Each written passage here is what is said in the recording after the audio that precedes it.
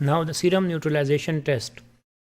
Serum neutralization test, as the name is clear that it will be used for the neutralization of the serum.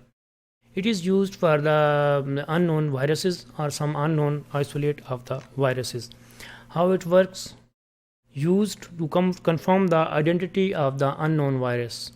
Because if we don't know that which kind of the virus is this, and we need to use identify it, that what kind of virus is this, then we will use the neutralization with the serum with the antibodies. Use of the known dilution of specific antiserum and mixed with the multiple dilutions. If we use the 1 into 10 raised power 2, 1 into 10 raised power 3, 1 into 10 raised power 4, and simple multiple dilutions we can use for that different kind of the viruses. Observation of the virus to see the cytopathic effects. As we already know that different kind of viruses are using the different cytopathic effects. So on the basis of the cytopathic effects, we will try to identify that which kind of virus is this. Necessities, the things which are very important and which should be there before we apply the viruses. First of all is the amount of virus. We need some amount of the virus to identify. Then the amount of serum. We need to use the antigen antibody because these are the serological tests. So for the serological test, we need the antibody, we need the serum to react with the virus, and then we need the test animals. And then the route of inoculation is very important. We need to know that which kind of the route of inoculation is being used for the special kind of the virus. Here you can see in the picture how to use this method. First of all, the first step is the serial dilution of the test sera.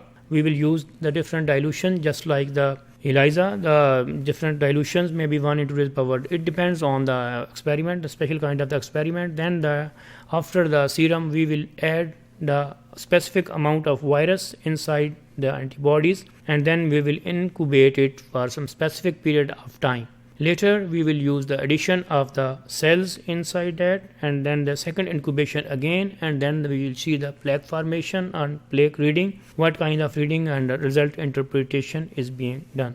The basic principles for the serum neutralization test, that we are using the wide range of dilutions because it depends, we are using to see the unknown viruses. So if we need to see the unknown virus, we need to use the different specific wide range of the dilutions. And similarly, we need to use the equal volumes of viral dilution.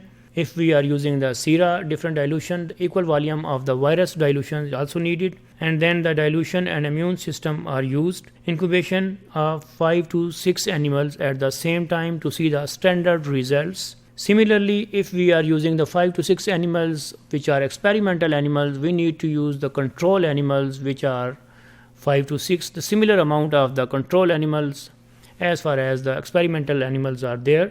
And then observations of the animals for sign and lesions and cytopathic effects, because we already studied that this method, the serum neutralization test, or on the basis of the cytopathic effects. So we will have the similar number of the animals on one side, which are we using for the experimental ways, and the others are on the other side, which we are using the controlled, and when we will compare the cytopathic effects in both of the animals. For the comparison, we are using the LD50, the lethal dose 50, the viral dilution checked for causing of the death or for the cytopathic effects which are being caused by the different animals, and then we will note the titer which is being caused by the because of the our dilution and because of the antigen and antibody reaction to see the results. Here we can see a little video which will show us this is very interesting video and which will show us to understand better the serum neutralization test.